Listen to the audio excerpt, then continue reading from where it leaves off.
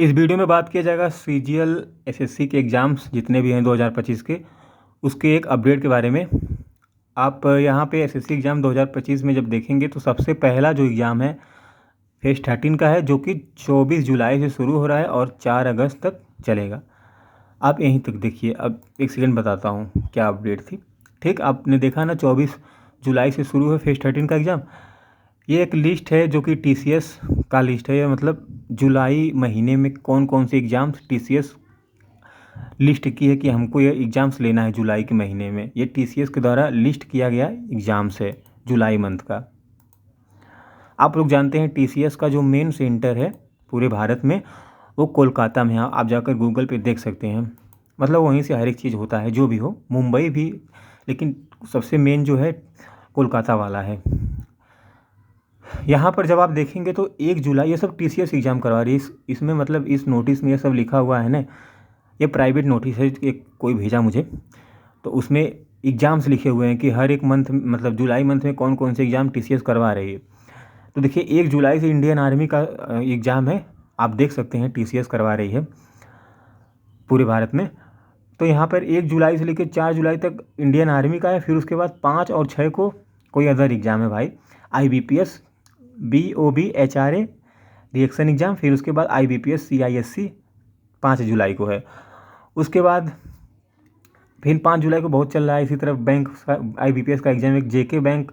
फिर उसके बाद 6 जुलाई को जब हम आएंगे तो यहाँ पे देखेंगे कोई है OCIN, TCS IN national qualifier test, ये सब एग्ज़ाम है। फिर उसके बाद 7 जुलाई को फिर इंडियन आर्मी, 8 जुलाई को फिर इंडियन आर्मी, फिर उसके बाद 8 जुलाई को हो गया, फिर 9 जुलाई को इंडियन आर्मी, फिर उसके बाद 9 को ही TCS का एग्ज़ाम रहेगा, कुछ अपना प्राइवेट वाला एग्ज़ाम करवाएगी। फिर उसके बाद 10 को भी इंडियन आर्मी है, और उसके बाद 11 को DFCCIL है, और इसके बाद यहाँ पे फिर 12 तारीख को IBPS का है। फिर उसके बाद कोई होगा, मतलब IBPS में जैसे इंडियन ऑब्जर्व बैंक रिक्रूटमेंट।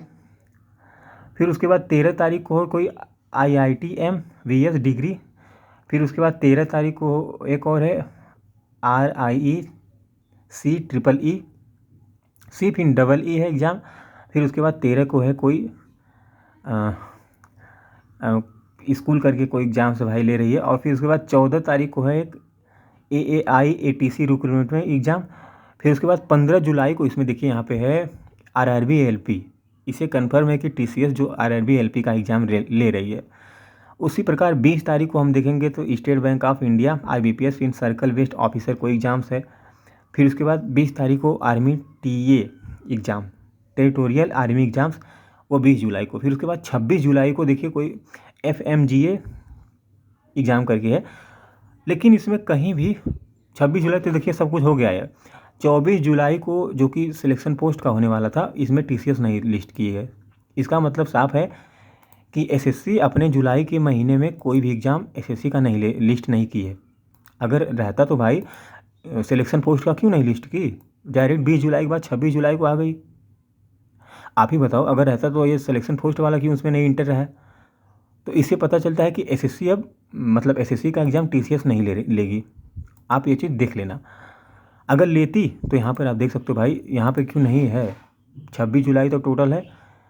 और ऐसा तो भी नहीं है कि SSC का पेपर अगस्त से है, क्योंकि फेज़ 13 वाला एग्ज़ाम तो SSC ही कराती है ना, और अभी 24 जुलाई से ही है। तब भाई अब तुम ही बताओ, अब जब इसमें है ही नहीं, आर्मी का करवा रही है, हर एक चीज़ TCS करवा रही है, पर SSC कहाँ गई। इसका मतलब SSC अब निकल गई हाथ से, मतलब TCS अब निकल गई हाथ से SSC के। अब कौन कराएगा। अब देखिए क्विस्टन जो थी, अब चलिए मुद्दा बात करता हूँ। क्विस्टन जो थी मैंने यहाँ पर दिया है कि 12th वाला RRB NTPC जुलाई में नहीं हो पाएगा, क्योंकि आप देख रहे हैं सब जुलाई में सब तो एग्ज़ाम चल रहा है। अब देखते हैं क्या करती है TCS, इसीलिए अभी 12th वाला का भी नोटिस नहीं आया है NTPC वाला। अब देखिए क्विस्टन जो कि सॉफ्टवेयर प्रोवाइडर थी, जो कि AI से क्वेश्चन बनाएगा, क्वेश्चन को मतलब छाट कर 15 मिनट पहले देगी सॉफ्टवेयर पे, सभी मतलब आपके कंप्यूटर सॉफ्टवेयर पे आ जाएगा। यह AI का क्विस्टन का सोर्स था, जो कि SSC ने कहा था कि हम अपने सिस्टम में AI लाएंगे। बट वहाँ पे ये नहीं डिसाइड किया था SSC कि हमारी एग्ज़ाम सेंटर TCS करेंगे, पेपर TCS बनाएगी, ये सब नहीं बातें की थी, ठीक ना। तो एग्ज़ाम सेंटर का मैंने बता दिया कि TCS 100% हट गई, अगर रहती भाई तो उसमें नाम रहता।